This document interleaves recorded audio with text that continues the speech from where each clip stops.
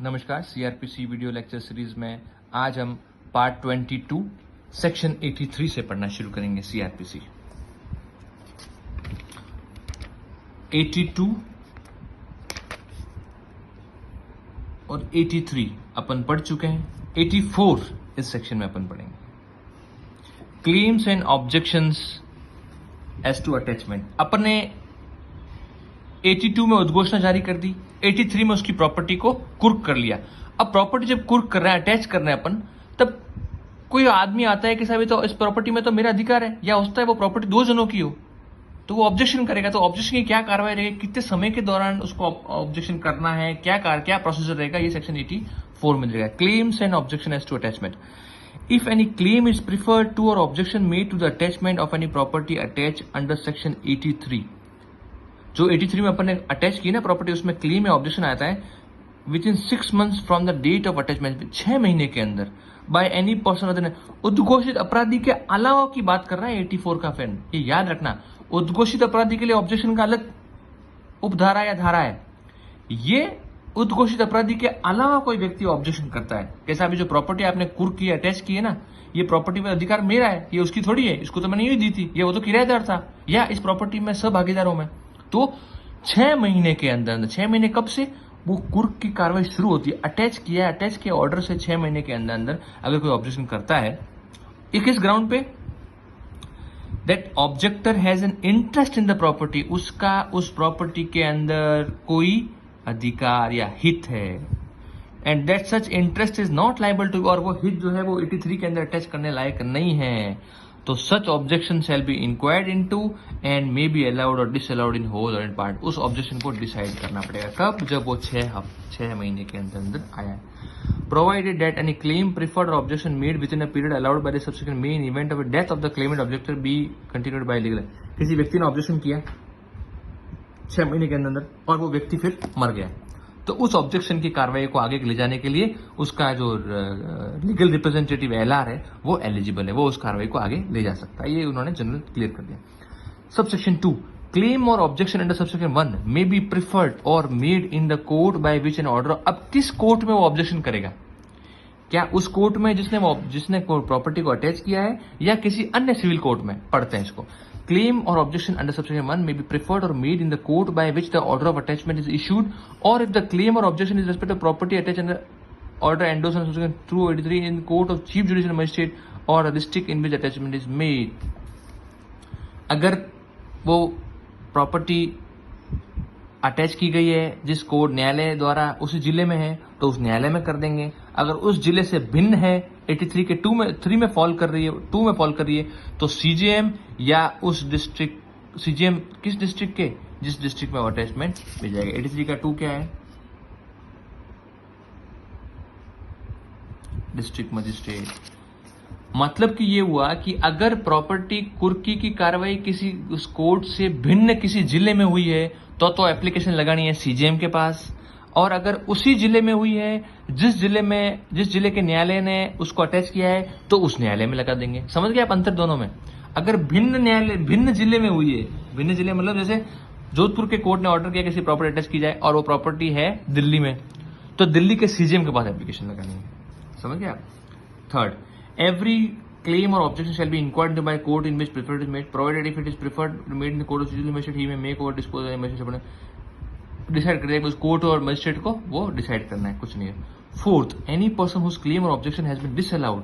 अब अगर इसने क्लेम और ऑब्जेक्शन किया और वो डिसअलाउ हो चुका है, अब उसके पास क्या रेमेडी है, पढ़ते हैं 4 के अंदर। एनी पर्सन हुज क्लेम और objection has been disallowed in whole or in part by an order on subsection 1 may within a period of 1 year from the date of such order institute a suit to establish the right which he claims in respect of the property in dispute, but subject to the result of such suit, if any, the order shall be conclusive। वो एक civil suit कर सकता है property के title के लिए, कहाँ पे, जहाँ पे नॉर्मली वो सूट कर सकता है 1 साल के भीतर। 1 साल कब से, जब वो उसका जो क्लेम या ऑब्जेक्शन था वो खारिज हो जाता है। उस खारिज होने की 1 साल के अंदर अंदर उसको सिविल सूट दायर करना है टाइटल के लिए, अपना अधिकार दिखाने के लिए। 85, release, sale, restoration of attach property. अब वो प्रॉपर्टी कुर्क की और इन द मीन टाइम वो व्यक्ति भागा कोर्ट में हाजिर हो गया, तो क्या करेंगे, पढ़ते हैं 85। If the proclaimed person appears within the time specified in the proclamation, the court shall make an order releasing the property. अगर proclamation में कहा 30 दिन के अंदर आना है और उद्घोषणा कर दी कोर्ट ने और प्रॉपर्टी अटैच कर दी और वो 30 दिन के अंदर हाजिर हो गया तो कोर्ट प्रॉपर्टी रिलीज कर देगा. दूसरा, if the proclaimed person does not appear within the time specified in the proclamation, the property and attachment shall be disposed of the state government, but it shall not sold until the expiration of 6 months from the date of attachment and until any claim preferred objection made on 84 has been disposed or under the section unless it is subject to speedy natural decay. The court considers sale would be for benefit of the owner or in either owner's case with sole benefit. बहुत important चीज बातें कर रहे हैं. जो property 83 में अपने attach की है, 84 कह रहा है कि अगर वो प्रोक्लेम पर्सन जो है डेट पे नहीं आता है तो वो प्रॉपर्टी स्टेट गवर्नमेंट के पास चली जाएगी. लेकिन स्टेट गवर्नमेंट जो है उसको 6 मंथ्स तक नहीं बेच सकती. या 84 में जो ऑब्जेक्शन दिया है उस ऑब्जेक्शन के डिसाइड होने तक state government can not sell. अगर वो व्यक्ति प्रोक्लेम ऑपरेशन नहीं आता है कोर्ट में तो क्या होगा, वो प्रॉपर्टी जो है वो स्टेट गवर्नमेंट के पास चली जाएगी. लेकिन स्टेट गवर्नमेंट इसको या तो 6 महीने तक नहीं बेचेगी या 84 में जो ऑब्जेक्शन किया है किसी व्यक्ति ने उस ऑब्जेक्शन के डिसाइड होने तक उस जो दोनों में से बात तक हो उसमें वो प्रॉपर्टी बेच नहीं पाएगी. लेकिन 2 एक्सेप्शन है इसके. किसके? इन दोनों पॉइंटों के 2 ऑब्जेक्शन है कि कब सरकार 6 महीने के पहले प्रॉपर्टी बेच देगी.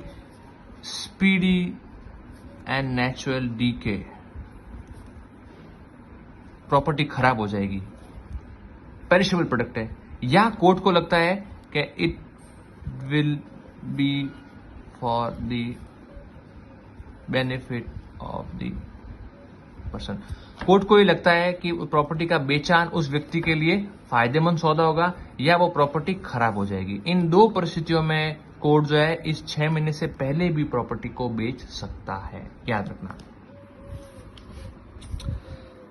Third, if within 2 years from the date of the attachment, any person whose property is or has been at the disposal of state government under subsection 1 appears voluntary or is apprehended and brought before the court by whose order the property was attached or the court to which such court is subordinate and proves to the satisfaction of the court that he did not abscond or conceal himself for the purpose of avoiding execution and that he had not such notice of the proclamation as to enable him to attend within the time specified therein such property, or if the same has been sold, the net proceed of the sale, or if any part only thereof has been sold, the net proceed of the sale and the residue of the property shall, after satisfying thereof from all costs incurred in consequence of it, be delivered to him. Important बात 85 का 3. अगर वो व्यक्ति with in 2 years 2 years कब से? Proclamation से. या तो कोर्ट में लाया जाता है या आ जाता है. 2 साल प्रोक्लेमेशन डेट से या तो कोर्ट में लाया जाता है, आता है और कोर्ट में आके कहता है कि साहब मेरे को नो नोटिस, कोई नोटिस नहीं था इस प्रोक्लेमेशन का और कोर्ट सेटिस्फाई हो जाता है तो वो प्रॉपर्टी अगर अपने नहीं बेची है तो प्रॉपर्टी डिलीवर कर देंगे, बेच दी है तो पैसा लौटा देंगे. अगर कोर्ट सेटिस्फाई होता है क्या कि उसको बेचारे को कोई नोटिस नहीं था, ये विदेश गया हुआ था, कहीं बाहर गया हुआ था, तो कोर्ट क्या करेगा, प्रॉपर्टी अगर बेची नहीं है सरकार के पास पड़ी तो प्रॉपर्टी लौटा देगा, डिलीवर्ड हो जाएगी. और अगर प्रॉपर्टी बेच दी है तो प्रॉपर्टी जो पैसा आया है वो उसको लौटा देंगे. कब? With in 2 years. 2 साल के बाद तो कुछ नहीं होगा. 2 साल के बाद तो कुछ नहीं होगा. समझ में आ गया सेक्शन 85 भी बहुत इंपॉर्टेंट है. 86 अपील. अगर किसी ने इसने ऑब्जेक्शन किया और ऑब्जेक्शन को मना कर दिया कोर्ट ने तो क्या होगा? Any person refer to in subsection 3, मतलब कौन?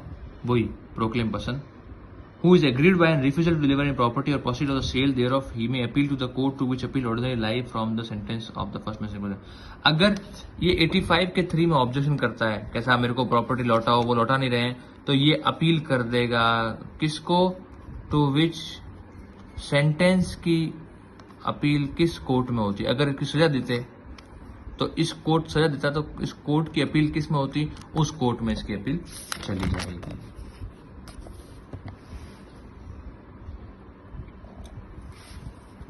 $87 issue of warrant in lieu of an addition to summon. A court में a part D other rule regarding process. जो ये 3 तो पढ़ लिए अपन ने, सम्मन, वारंट और प्रोक्लेमेशन, उद्घोषणा. अब इनके अलावा अदर क्या प्रोसेस है वो फटाफट पढ़ लेते हैं. A court may in any case in which it is empowered by this court to issue summon for appearance of any person issue after recording reason writing. अभी कई बार क्वेश्चन पूछते हैं कि क्या सम्मन की जगह वारंट या वारंट की जगह सम्मन जारी किया जा सकता है क्या. बिल्कुल आंसर है सही. अ कोर्ट में in which an empowered to issue summon for the appearance of person. इसके वाला सेक्शन है. अब आगे अपन पढ़ेंगे क्या वारंट की जगह सम्मन जारी किया जा सकता है क्या. ये सेक्शन कौन सा है, सम्मन की जगह क्या वारंट जारी किया जा सकता है. इसका आंसर है यस, सेक्शन 87. 2 पॉइंट दे रखे हैं. कब, if either before the issue of summon और after the issue of summon but before the time fix for appearance the court see reason to believe that he absconded will not obey. Summon issue करने के पहले या बाद में court को ये लग जाए कि व्यक्ति जो है वो उसके समन का पालना नहीं करेगा या भाग जाएगा, कोर्ट को एहसास हो तो तुरंत वारंट निकाल देगा. दूसरा, उसने समन निकाला था और वो जो है जो टाइम दिया था उस टाइम हाजिर नहीं हो पाया और कोई रीजन नहीं दिया उसने क्यों नहीं आया, तो वारंट निकाल देंगे. समझ आया कि 2 कारण है, 2 ही रीजन पे आप समन की जगह डायरेक्ट वारंट निकाल सकते हो. पहला, कोर्ट समन इशू करने से पहले या समन इशू करने के बाद कोर्ट को ये लगे कि उसके समन की पालना नहीं होगी या वो भाग जाएगा तो कोर्ट तुरंत वारंट जारी कर देगा. दूसरा, समन जारी करने के बाद ये प्रूव हो गया कि समन उसको मिल गया था और वो बिना कोई कारण बताए समन में 30 तारीख को हाजिर नहीं हुआ तो वारंट जारी कर देंगे. दोनों चीज समझ में आ गई आपको. 2 ये एक्सेप्शन है, बस एक्सेप्शन में आप समन की जगह वारंट जारी कर सकते हैं. 87 में. 88, power to take bond for appearance. When any person for whose appearance or arrest the officer presiding in any court is empowered to issue summon or warrant is present in such court. अब जिस व्यक्ति के खिलाफ समन या warrant निकालना है वो खुद कोर्ट में हाजिर है तो क्या करेगा कोर्ट, कोर्ट उससे बॉन्ड ले लेगा. बॉन्ड क्या ले लेगा कि भैया आप आज कोर्ट में हो, आप बॉन्ड भरो कि आप इस तारीख को कोर्ट में हाजिर हो जाओगे. समझ में आ गया. तो समन वारंट जारी करने की जरूरत नहीं है. मतलब ये हुआ कि जिसके खिलाफ समन या वारंट निकालना है वो व्यक्ति खुद कोर्ट में हाजिर है तो क्या कार्रवाई होगी, कार्रवाई होगी कोर्ट उसको बॉन्ड भरवा देगा. बॉन्ड किस चीज का भरवाएगा, for his appearance in such court या जिस अंदर कोर्ट में जिसमें उसको ट्रांसफर किया जाएगा उसमें हाजिर होने का बॉन्ड भरवाना. 89, arrest on breach of bond. अब उसने बॉन्ड भरा था और बॉन्ड भंग कर दिया, मतलब बॉन्ड भरने के बावजूद भी नहीं आया तो where any person who is bound by an bond taken under this court to appear before court does not appear the officer presenting this court may issue warrant directing the person. फिर समझ जारी नहीं करेंगे, सीधा warrant जारी करेंगे. तो कोई क्वेश्चन पूछते हैं कि क्या वारंट कब कब जारी हो सकता है. 87 में 2 कंडीशन और 89 में क्या है कि जब उससे बॉन्ड भरवाया था 88 में कि आप कोर्ट में हाजिर रहना और बॉन्ड का भंग करता है, मतलब उस दिन वो हाजिर नहीं होता तो सीधा कोर्ट वारंट जारी कर देगा. 90, the provision contain the chapter relating to summons and warrant and their issue service condition shall so far may apply to every summon and warrant issued arrest. ये जो समन और वारंट के जो प्रोसीजर दे रखा है ना, ये इस कोड में आगे जहां जहां समन और वारंट जारी करने की बात होगी ना वो सब इसी से गवर्न होगी, ये ध्यान रखना. नेक्स्ट वीडियो में अपन चैप्टर 7 से पढ़ना शुरू करेंगे. अभी तक अपन ने पढ़ा है कि प्रोसेस टू कंपेल पर्सन्स, व्यक्तियों को कोर्ट में हाजिर करना. अब चीजों को, जैसे किसी के पास डॉक्यूमेंट है या चोरी का सामान ऐसा कुछ, उसको कैसे कोर्ट में कंपेल करेंगे. Thank you.